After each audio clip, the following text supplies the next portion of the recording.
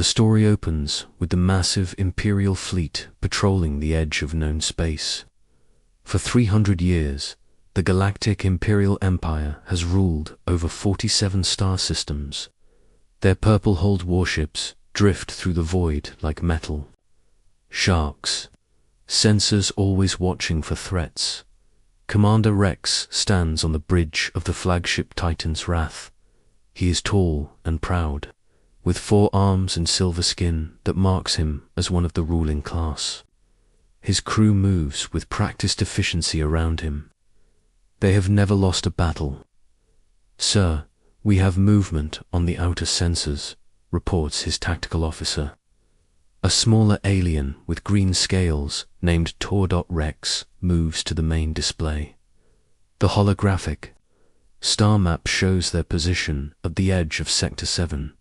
Beyond lies the Forbidden Zone, a region of space that no Imperial ship has entered for 2 centuries.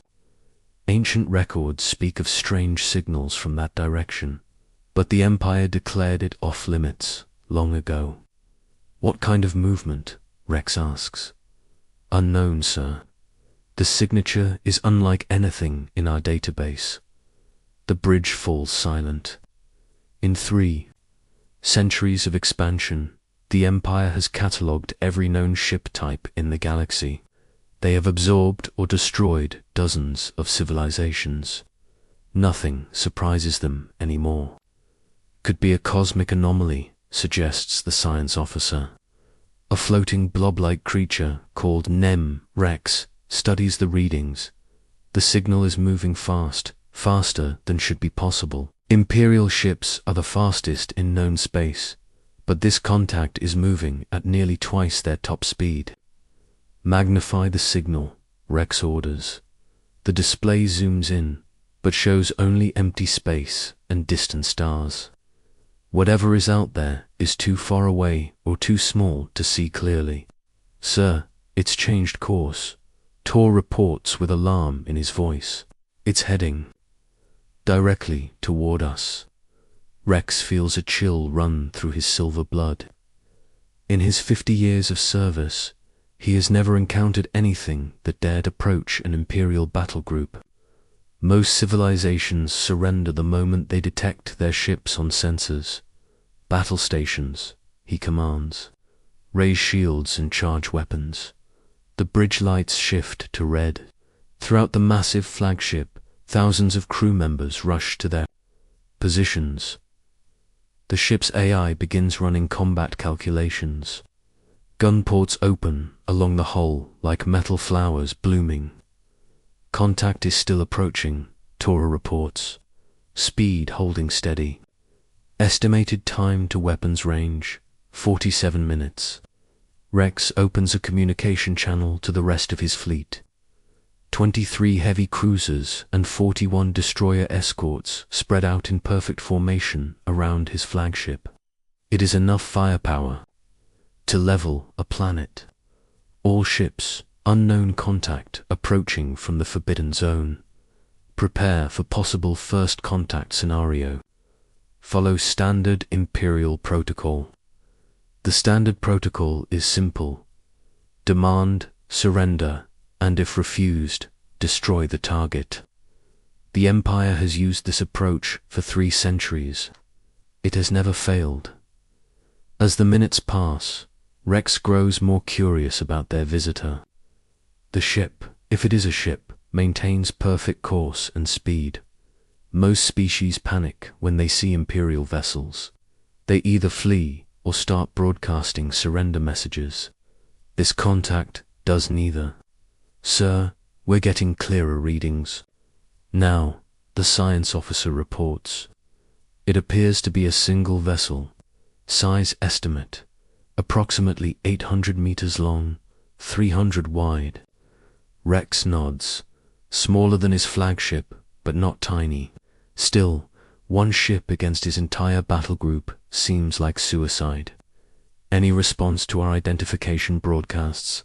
he asks. "Negative, sir." The contact maintains communication silence. On the main display, a small dot finally becomes visible. As it grows larger, Rex begins to make out details. The ship is unlike anything he has ever seen. Where Imperial vessels are smooth and curved, this one is angular and rough. Where their hulls shine with polished metal, this one seems to be covered in grey armor plates. Configuration unknown, NEM reports. Hull composition appears to be some form of metallic alloy. Energy readings are ... strange. Strange how? The power signature is unlike our reactors. It's putting out enormous energy, but in patterns our computers don't recognize. Rex stares at the approaching vessel. Something about it makes him nervous. The way it moves through space seems almost casual, as if his entire battle group poses no threat at all. Weapons range in 5 minutes, sir, Tora announces. Open a channel on all frequencies, Rex orders. Let's see what this intruder has to say for itself. The unknown ship continues its approach, growing larger on the screen. Rex has the unsettling feeling that everything is about to change. Asterisk, the alien ship enters weapons range without slowing down. Rex watches it grow larger on his screen, noting details that make no sense. The hull shows signs of battle damage. Scorch marks, dented armor, repaired sections that don't quite match the original plating. What kind of species would send a damaged ship into Imperial space? Open communication channel, Rex commands. Static fills the bridge, then clears. A voice comes through the speakers, strange, flat, and speaking in a language, the translation computers struggle to process. This is Captain Jake Morrison of the Earth vessel Defiance. You are blocking my path home. Rex blinks in surprise. The translation is rough, but understandable. More shocking is the casual tone. This alien speaks as if talking to equals, not the masters of known space. Unknown vessel, you have entered restricted Imperial space. I am Commander Rex of the Imperial Navy. State your origin and purpose. A pause. Then laughter, actual laughter, comes through the speakers. Imperial space? Friend, you're a long way from any empire I know about. This is empty space on the edge of nowhere.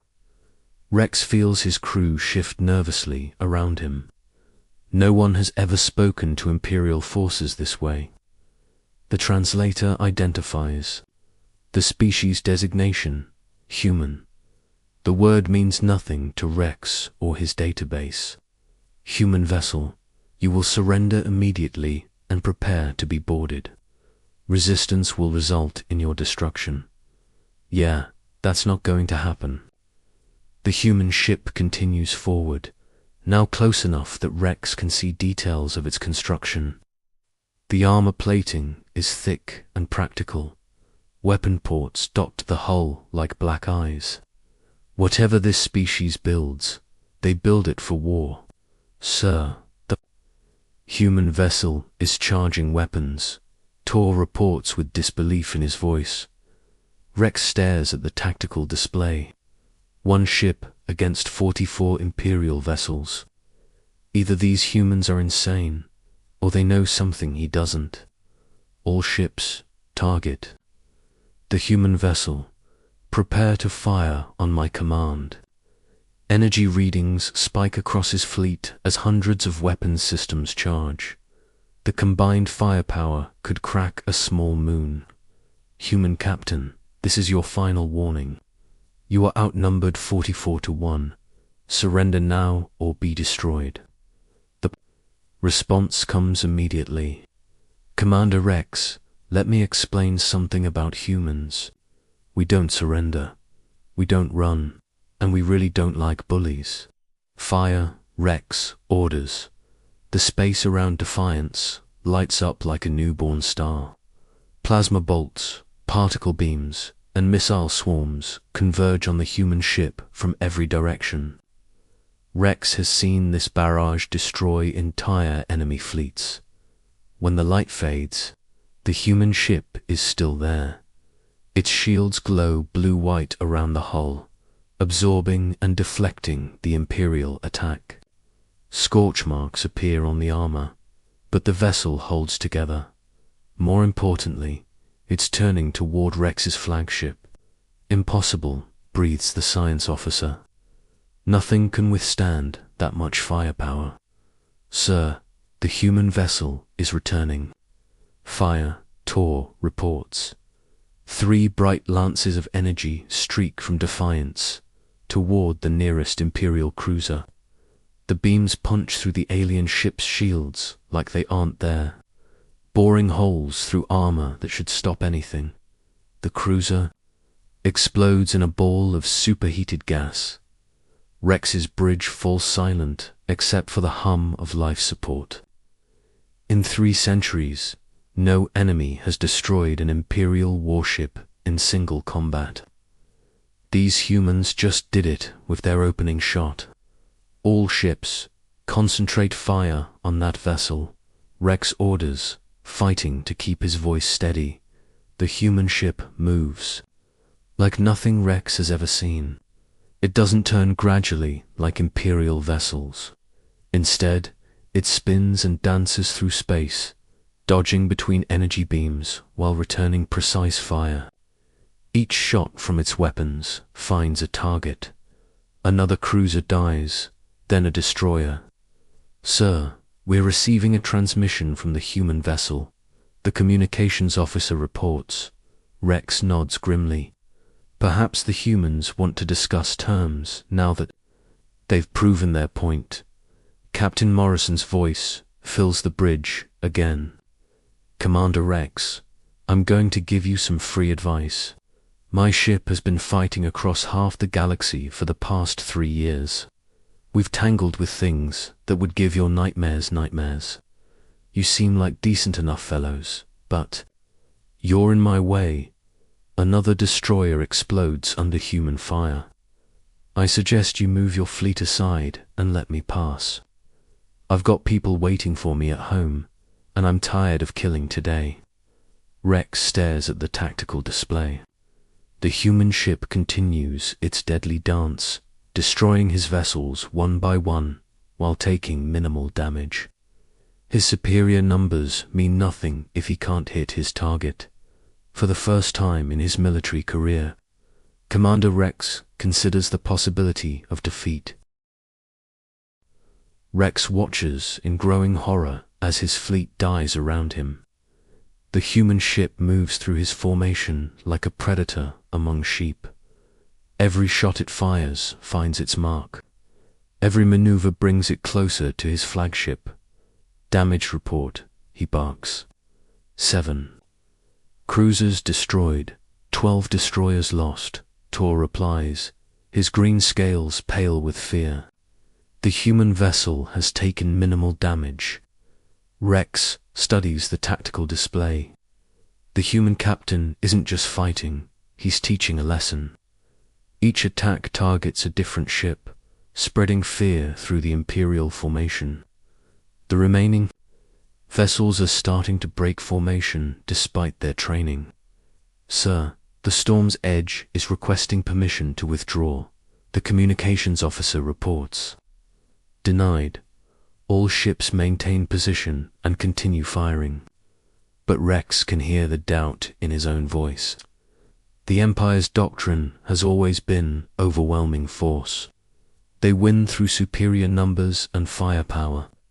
Against an enemy that can't be overwhelmed, their tactics are useless. The human ship, Defiance, rolls between 2 cruisers, firing both directions at once.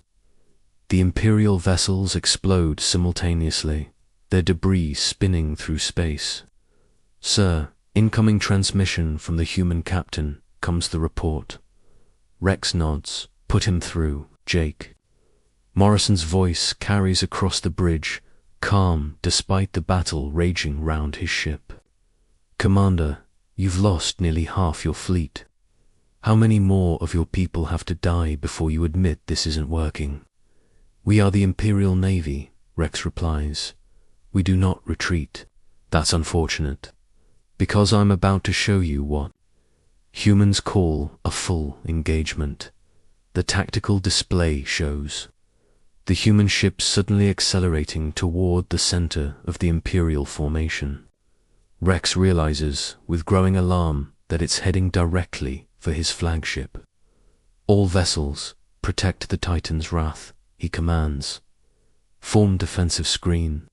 His remaining ships move to intercept, but the human vessel cuts through them like they're standing still.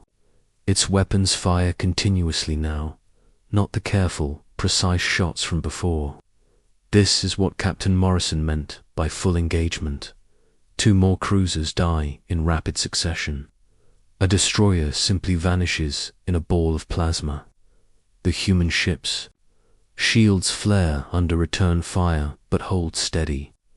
"Sir, they're targeting our bridge." The tactical officer shouts. Rex sees it on the display. 3 energy lances heading directly for his command center. He has perhaps 5 seconds to live. The beams strike the flagship's forward shields and punch through like paper. But instead of hitting the bridge, they slam into the ship's main communications array. The attack is surgical, precise. The humans could have killed him, but chose not to. "Commander Rex," Morrison's voice returns. "You can't contact your fleet anymore. Your long-range communications are gone. In about 30 seconds, you're going to lose your tactical sensors." 2. True to the human's prediction, the next salvo takes out the Titan's Wrath's sensor array. Rex's bridge displays go dark one by one. "Your remaining ships are scattering," Morrison continues. "Some are trying to run, others are still trying to fight.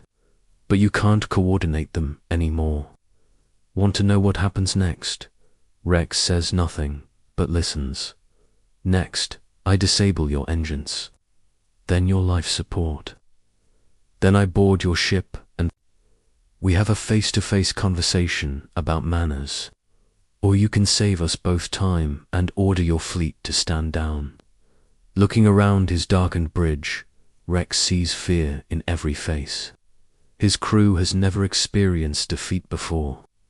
They don't know how to process what's happening. "Human captain," Rex says slowly, "what are you?" "We're explorers, Commander. We left our home system 3 years ago to see what was out here. We've been fighting our way across the galaxy ever since, trying to get back to Earth. Every species we've met has tried to either enslave us or kill us. We've gotten pretty good at defending ourselves." Rex processes this information. A single exploration vessel has been fighting alone for 3 years against multiple civilizations. The implications are staggering. "How many ships does Earth have?" he asks. Morrison laughs. "Thousands, Commander. And every single one is built for war. See, humans learned something a long time ago that your empire apparently hasn't figured out yet." "What's that?" "There's always someone bigger and meaner than you are. So you better be ready when you meet them."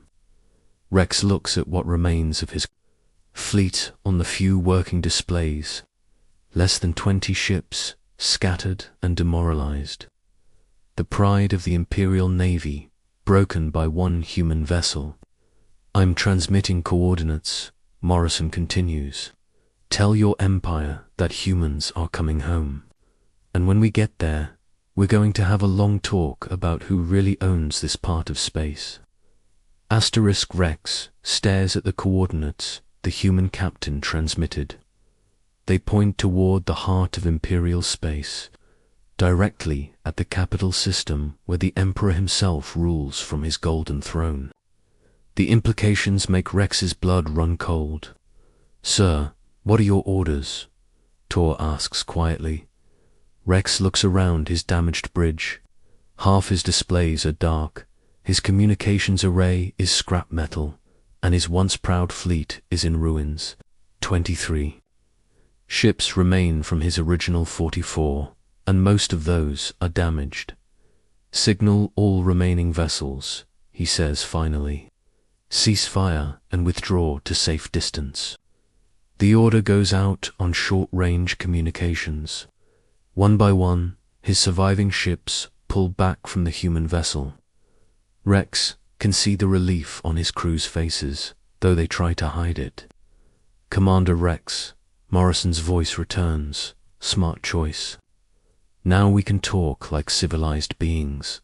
What do you want, human? Safe passage home. That's all I ever wanted. But your people seem to think they own everything they can see. Rex considers this. The Empire has indeed claimed dominion over vast regions of space, whether inhabited or not. It's simply how things have always been done. You destroyed Imperial vessels, Rex says. There will be consequences. There already are consequences, Morrison replies. Your empire just learned that humans exist. What happens next depends on how smart your leaders are. The human ship begins moving again, heading back toward the Forbidden Zone. Rex realizes this conversation is probably being recorded by whatever. Imperial intelligence networks are monitoring the area. Human captain, may I ask you something? Go ahead. You could have destroyed my entire fleet. Why didn't you? A pause. Because I'm hoping we can work this out without more bloodshed. Humans prefer peace, Commander, but we prepare for war. Rex watches the defiance grow smaller on his screens. How many more ships like yours are out there in this region? Just me, but back home. Morrison's tone grows serious. Earth has been preparing for this meeting for 3 years, ever since we first encountered hostile aliens. We've been building ships, training crews, developing new weapons. We learned that the galaxy isn't as friendly as we hoped. The Forbidden Zone, Rex says suddenly. That's where you came from originally. 3 years ago, yes. Earth lies about 50 light years beyond your territory. We sent out 12 exploration ships. I'm the only one who made it home. The words hit Rex like a physical blow. 12 ships had entered Imperial space, and his people had presumably destroyed 11 of them. No wonder the humans were prepared for war. Commander, Morrison continues, I'm going to tell you something important. Earth doesn't want to conquer your empire. We don't want your worlds or your resources. We just want to be left alone. But if your people try to follow me home, if they threaten our planet or our colonies, then you'll see what humans are really capable of. Rex finds himself believing the human captain. There was something in his voice, not hatred or bloodlust, but determination, the kind that comes from protecting family. My ship will jump to faster than light speed in 60 seconds, Morrison announces. I suggest you use that time to think about what you're going to tell your superiors. Rex realizes the human is right. He'll have to explain this disaster to the Imperial High Command. A single alien vessel had destroyed over half his battle group and escaped unharmed. It will mean the end of his career, probably his life. Captain Morrison, he calls out. Yes, when you reach Earth, what will you tell your people about us? Another pause. That depends, Commander. Are you going to be smart about this, or are you going to be stupid? Before Rex can answer, the human ship vanishes in a flash of blue light. The faster-than-light jump signature is unlike anything in Imperial records. Smoother, faster, more efficient than their own technology. Rex slumps in his command chair, suddenly feeling every one of his 50 years. Around him, his crew begins. Damage assessments and casualty reports. The numbers will be grim. Sir, the communications officer speaks up.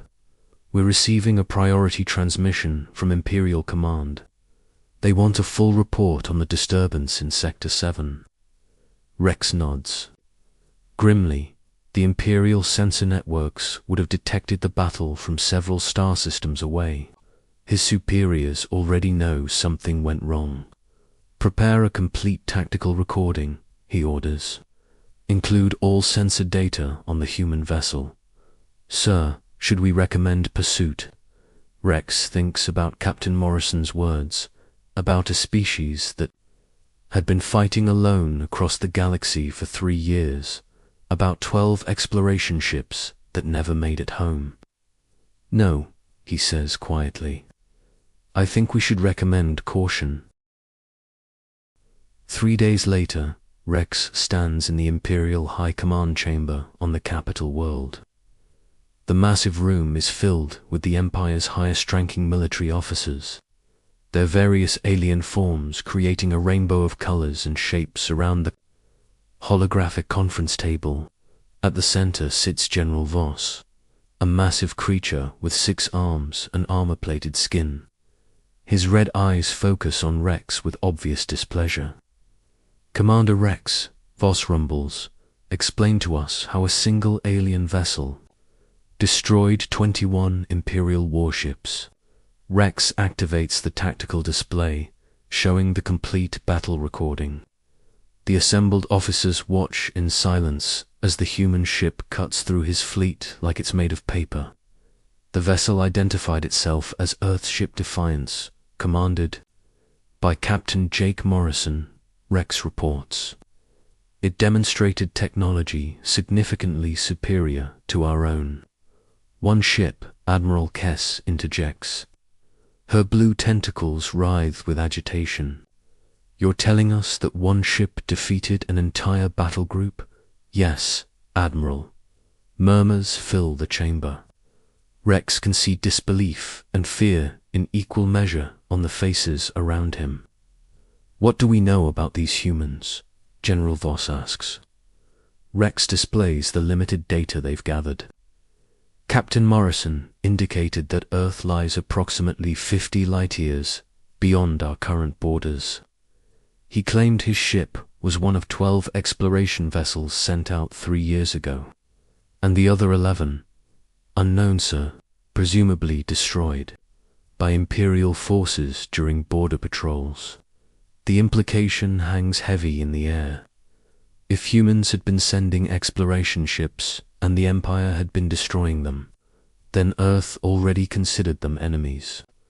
Their technology, Admiral Kess demands, superior in every category we could measure, Rex admits. Faster engines, stronger shields, more powerful weapons. Their ship moved through space in ways that should be physically impossible. General Voss asks. Before Rex can answer, the chamber doors open. A figure in golden robes enters Chancellor Dex, personal advisor to the Emperor himself. Every officer in the room immediately stands at attention. Gentlemen, Chancellor Dex says in his thin voice, His Imperial Majesty has been monitoring this discussion. He wishes to know what threat these humans pose to the Empire. Rex feels the weight of history on his shoulders. His next words could determine whether the galaxy faces peace or the deadliest war it has ever seen. Chancellor, the human captain claimed that Earth has thousands of ships. If his vessel was representative of their capabilities, then a full human fleet would be ... unstoppable. Surely you exaggerate, Admiral Kess protests. No species could threaten the entire Empire. Admiral Rex replies, one damaged human exploration ship, alone for 3 years, destroyed half my battle group without breaking a sweat. Captain Morrison wasn't bragging about their strength. He was warning us. Chancellor Dex processes this information. What did this human want? Safe passage home, sir. Nothing more. He claimed Earth doesn't want to conquer our territory. They simply want to be left alone. And if we don't leave them alone, Rex plays the final part of Morrison's transmission. He said Earth has been preparing for war since their ships first encountered hostile aliens. If we threaten their world, we'll see what humans are really capable of. The chamber falls silent. Rex can see the military leaders calculating odds, considering strategies. But he can also see the fear in their eyes.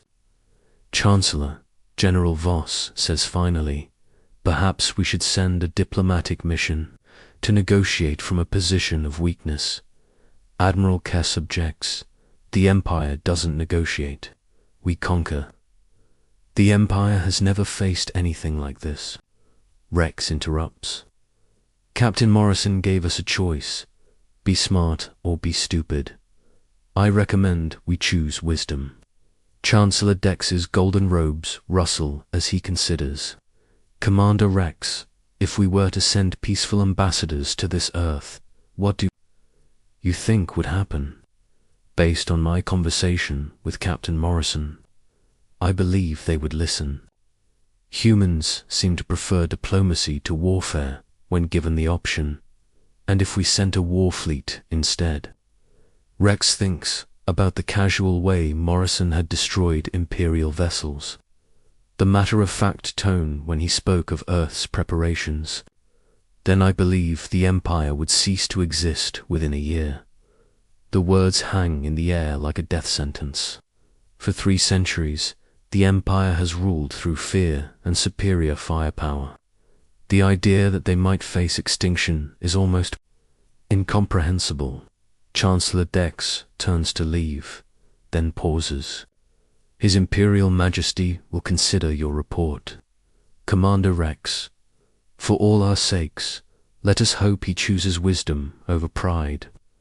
As the golden figure exits the chamber, Rex realizes that the fate of billions now rests on one decision: whether the Empire will learn to coexist with humanity, or whether it will choose the path that leads to war with Earth.